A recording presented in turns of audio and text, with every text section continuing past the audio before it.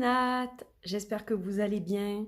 Ravie de vous accueillir dans mon antre pour cette nouvelle vidéo, cette review.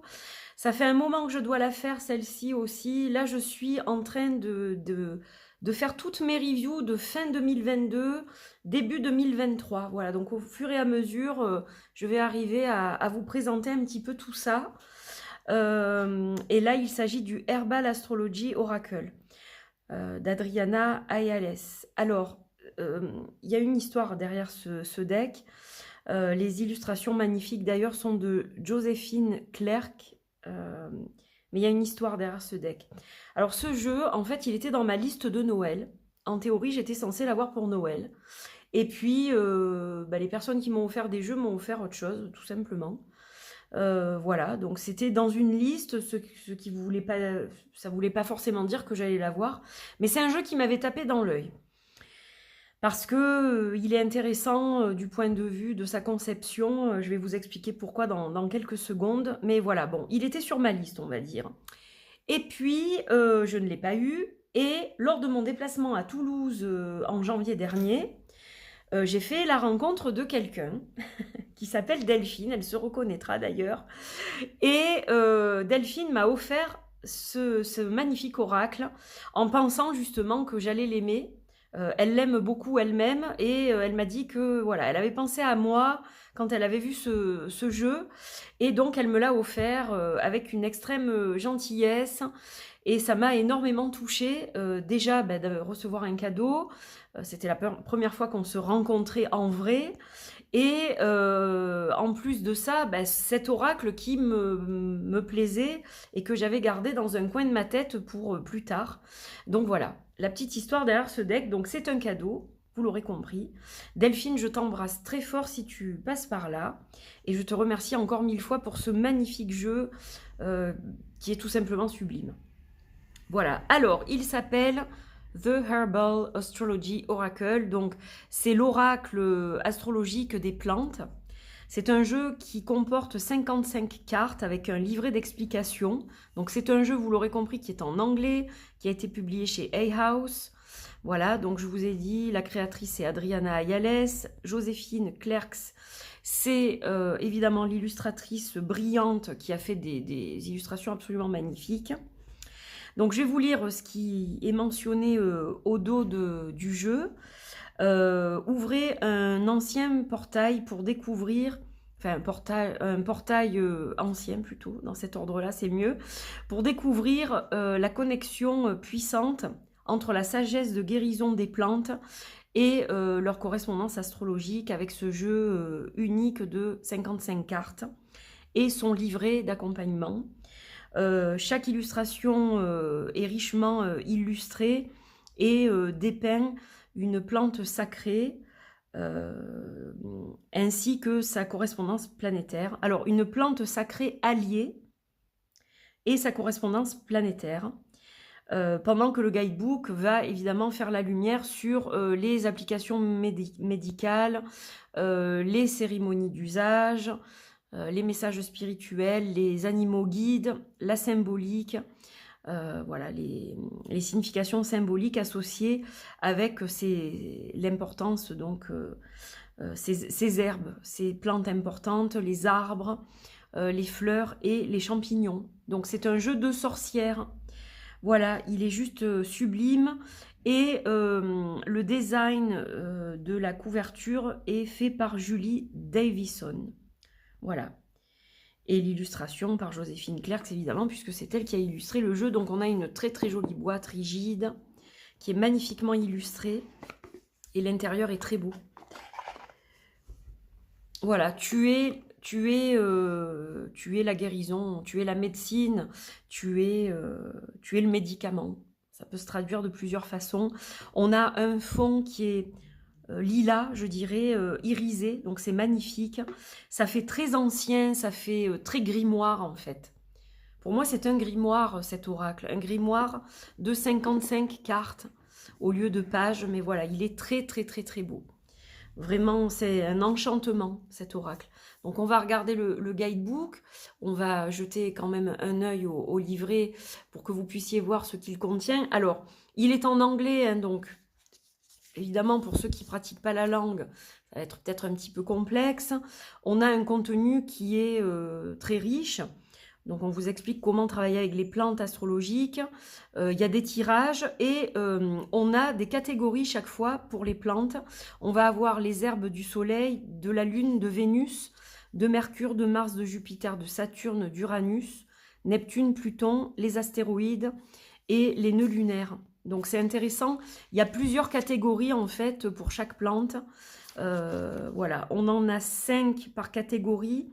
Sauf pour les nœuds lunaires où on en a 2, évidemment, seulement. Nœud nord, nœud sud. Voilà. On a les remerciements et à propos de l'auteur et de l'artiste.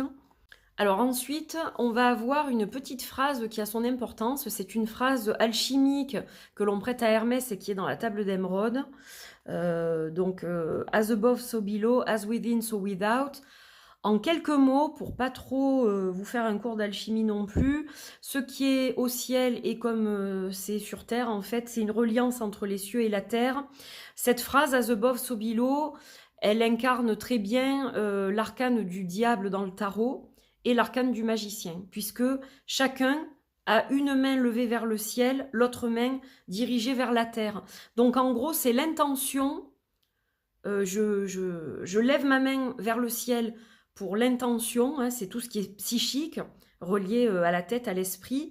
Et ensuite, on a l'ancrage, la matérialisation dans la terre, avec le bras dirigé vers la terre. Donc évidemment, on n'a pas du tout la même énergie avec le magicien et le diable, mais voilà, c'est relié à ces deux arcanes-là dans le tarot. Et as within, so without, c'est un petit peu Alors, as within, la connaissance que nous avons de nous-mêmes, comment nous nous voyons. Et so without, ça va supposer finalement comment on va réaliser cet aspect intérieur de nous-mêmes, comment on va l'emmener au monde. Est-ce qu'on va qu'est-ce qu'on va en faire? C'est-à-dire, est-ce qu'on va être soi-même complètement ou est-ce qu'on va être soi-même mais qu'à moitié ou conditionné par la société, par les autres. Enfin bon, c'est tout un concept assez complexe. Mais voilà, en gros, ce qu'il y a dans ce peu de mots pour raccourcir. Voilà, bref. Alors ensuite, on a l'introduction. Donc on vous explique un petit peu le parcours finalement de cet oracle, d'où ça vient, hein, etc. On a quelque chose de très ancien, d'ancestral qui vient s'incorporer dans ce livre et ses illustrations. On va vous parler aussi d'autres aspects des plantes, donc pas seulement la médecine, on va dire entre guillemets traditionnelle, c'est-à-dire la guérison, les pouvoirs médicinaux des plantes, mais aussi de leur aspect un peu plus dark, avec l'empoisonnement, les plantes un peu récréatives, hein, on va dire ça comme ça, et également quelle place elles vont avoir ces plantes dans les objets de rituels, par exemple les talismans. Donc on a beaucoup de choses très intéressantes. Un petit guide, comment utiliser l'oracle, donc préparer son espace sacré, bien se concentrer sur ses intentions pour les mettre en place, le choix des cartes, on les lit droites, renversées, voilà comment ça fonctionne un petit peu tout ça, et puis la configuration astrologique.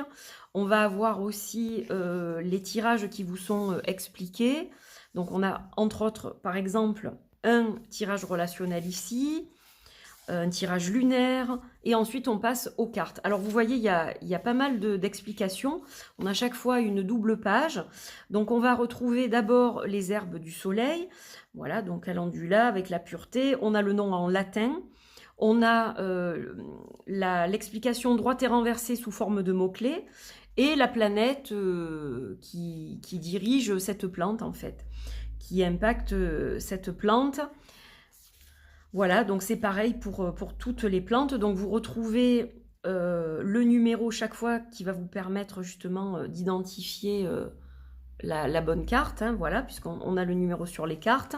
On n'a pas d'illustration, hein, le livre est en noir et blanc, mais c'est un livre conséquent parce que vous le voyez, les explications quand même sont assez importantes, hein, c'est assez riche. Voilà, ensuite on va avoir Alors là, on a les nœuds nord et sud pour terminer. Et puis, on va avoir les remerciements, les dédicaces, etc. On va avoir un petit mot sur l'auteur, voilà, qui est herboriste. Donc, elle sait de quoi elle parle. Hein, c'est quelque chose qui est fait en conscience. L'artiste aussi, voilà, qui est spécialisé notamment dans les plantes. On a tout ce qui concerne l'éditeur. Voilà, donc on a un livret qui est très complet. Hein, puis vous les retrouvez ici voilà, avec leurs photos. Donc c'est quelque chose qui a été bien réalisé. Les personnes savent de quoi elles parlent. C'est quelque chose de... C'est un vrai outil, je dirais. Un outil qui est fait en conscience. Voilà, donc on a quelque chose de très beau, de très réussi. Et on va regarder maintenant les cartes. Donc je vais vous laisser surtout admirer leur beauté. Parce que vraiment, c'est de l'art. Voilà, c'est juste magnifique. Alors, on va voir chaque fois la plante qui est vraiment mise en avant. Et puis, on a aussi tout un décor, un paysage, des personnages, des animaux. Donc, c'est vraiment sublime. Alors, si vous ne connaissez pas le nom de toutes les plantes, c'est facile à traduire. Là, on a le romarin, par exemple. C'est facile à traduire sur Google. Voilà, après moi je les connais pas toutes non plus, mais il y a quand même matière à s'en sortir à peu près.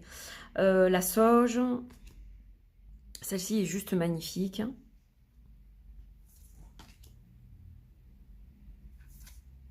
La camomille, voilà, je vous laisse admirer vraiment ces magnifiques illustrations. Il y a quelque chose d'alchimique, il y a quelque chose de chamanique, il y a vraiment toutes ces médecines traditionnelles avec les plantes qu'on peut retrouver dans différentes tribus. Voilà, puis il a un côté très witchy, très magique, très rituel, etc. Donc je pense qu'il va plaire à la plupart d'entre vous. Alors moi je suis fan des personnages avec des têtes de plantes, hein. Vous savez que j'en ai créé moi aussi. Donc c'est quelque chose qui me parle beaucoup, la rose avec l'amour, c'est juste magnifique. Hein.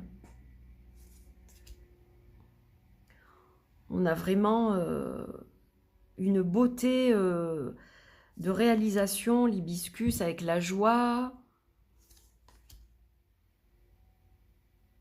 Là, on a un côté très égyptien, je trouve, dans cette carte-là. Voilà, il y a beaucoup de symbolique, donc ça va vous demander aussi d'observer ce que vous retrouvez dans les cartes. Hein. On a déjà les symboles planétaires, comme vous le voyez. C'est bien fait. Hein. On a l'impression de vraiment tomber sur une page de grimoire, je vous dis. Il y a tellement de petites choses à regarder. C'est très intéressant. Là, vous allez avoir, par exemple, la constellation. Il y a beaucoup. On a une balance. Voilà, on a tout un tas de choses qui sont vraiment très très intéressantes, je trouve. Magnifique. Hein, la lavande.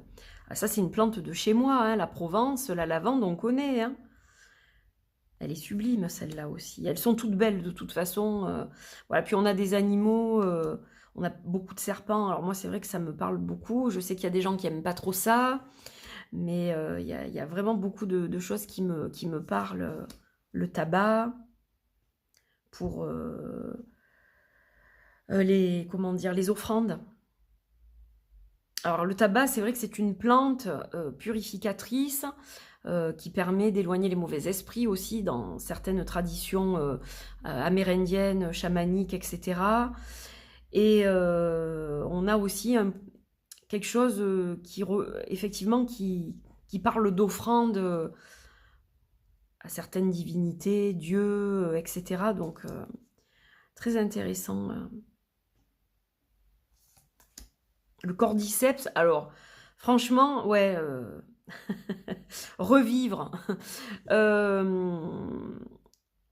une deuxième vie avec le cordyceps. Le cordyceps, c'est un champignon. Et c'est un champignon que j'ai plus ou moins redécouvert, on va dire, dans la série The Last of Us, je vous en ai parlé.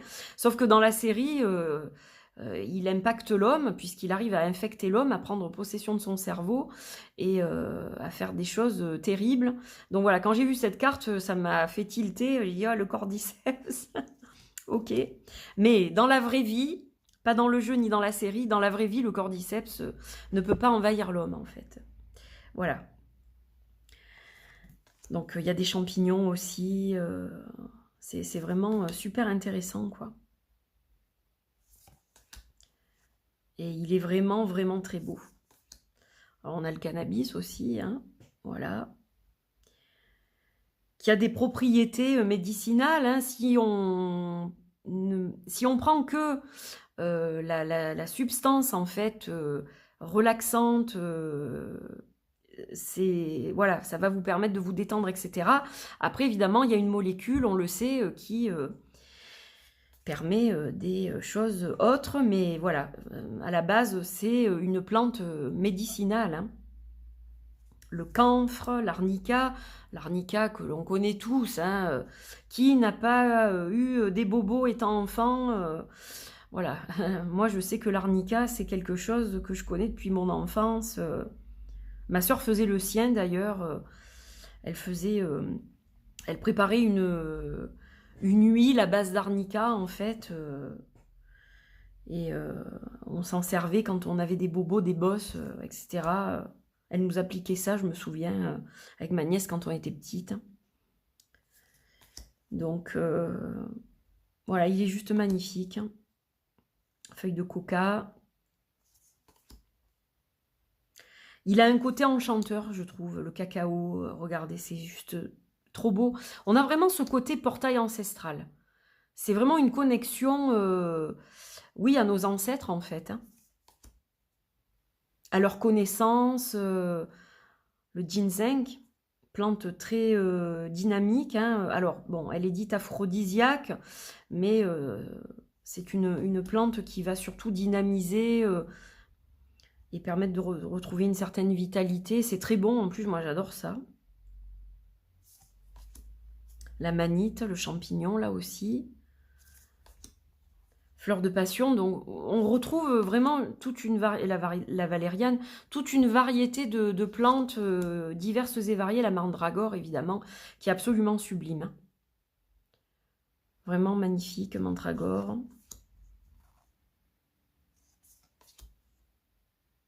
Je ne me lasse pas de les regarder, rien que pour la beauté des illustrations, ce deck, c'est un must-have. Si vous aimez les jeux de plantes, je pense que voilà, c'est vraiment un jeu qui va vous plaire. J'ai un jeu de plantes australien avec des illustrations de divers artistes que j'aimais beaucoup. C'était peut-être mon chouchou, mon préféré jusque-là. C'est vrai que lui, il a pris le dessus parce que... Alors déjà, c'est uniforme puisque c'est illustré par la même personne. Donc forcément, il y a quelque chose de beaucoup plus... il y a un lien entre les cartes qui est beaucoup plus évident. Bon, hormis ça, voilà, je craque complètement sur les illustrations, je le trouve magnifique. Regardez celle-ci, elle est très alchimique, hein, vraiment très très alchimique, c'est sublime. Et le Palo Santo pour terminer. Voilà, donc un jeu vraiment de toute beauté.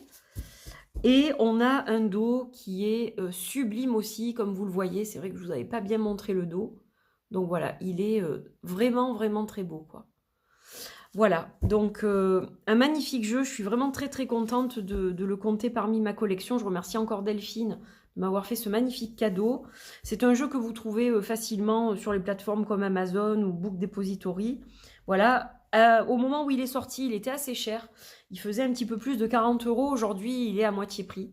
Donc voilà, pour ceux qui sont intéressés, c'est un jeu que vous pouvez avoir pour une vingtaine d'euros. Et la qualité est top. Je ne vous ai pas parlé de la qualité des cartes, mais elles sont d'excellente qualité. Donc on a vraiment un beau produit pour un petit prix et quelque chose de très complet. Donc si vous voulez apprendre sur les plantes avec une reliance à l'astrologie, un brin d'alchimie, je pense que c'est un jeu qui va vous plaire. À l'instant T où je vous parle, il n'est pas traduit en français. J'ignore s'il le sera, puisque je sais qu'on va me poser la question ou me dire dommage, il est en anglais. Mais bon, pour l'instant, voilà, je ne peux pas vous en dire plus. Après, il y a Google Traduction maintenant avec les smartphones. C'est hyper facile voilà, on tire une carte, on prend son smartphone, on peut traduire en quelques secondes un texte. Donc, c'est plus aussi compliqué qu'avant. Et puis, honnêtement, les traducteurs s'améliorent. Donc, voilà. je dis ça comme ça, il ne faut pas vous laisser bloquer par la langue. Moi, vous savez, j'ai des jeux dans des langues que je ne comprends absolument pas et ça ne m'empêche pas de les avoir. Voilà, donc j'ai des jeux russes, j'ai des jeux en mandarin, voilà, j'en ai en plusieurs langues et pourtant, je suis très heureuse de les avoir et je m'en sers. Même si c'est pas évident des fois, l'anglais c'est quand même plus facile pour moi, mais je m'en sers quand même. Voilà. Je vous remercie d'avoir suivi cette vidéo. N'hésitez pas à commenter, à liker, à partager. Je vais prendre un petit moment en cette fin de semaine qui est un petit peu plus cool pour moi pour vous répondre, pour répondre à tous vos coms, parce que je prends toujours du retard, mais bon, voilà, je fais au mieux. Mais là, je vais prendre un petit peu de temps pour vous répondre tranquillement sous les dernières vidéos. Donc, merci d'avoir suivi cette vidéo. Un petit pouce en l'air si ça vous plaît, un petit com. Vous pouvez vous abonner, partager. Voilà, si vous n'êtes pas abonné à la chaîne, vous êtes les bienvenus. Vous activez la petite cloche de notification, hop, hop, hop, et vous aurez toutes les notifs qui concernent mes vidéos. Voilà, voilà, je vous fais des bisous, le plus gros pour Delphine aujourd'hui, et je vous dis à très vite pour de nouvelles aventures. Merci à vous en tout cas de votre fidélité, de votre amour, une belle journée, à très vite. Bye bye.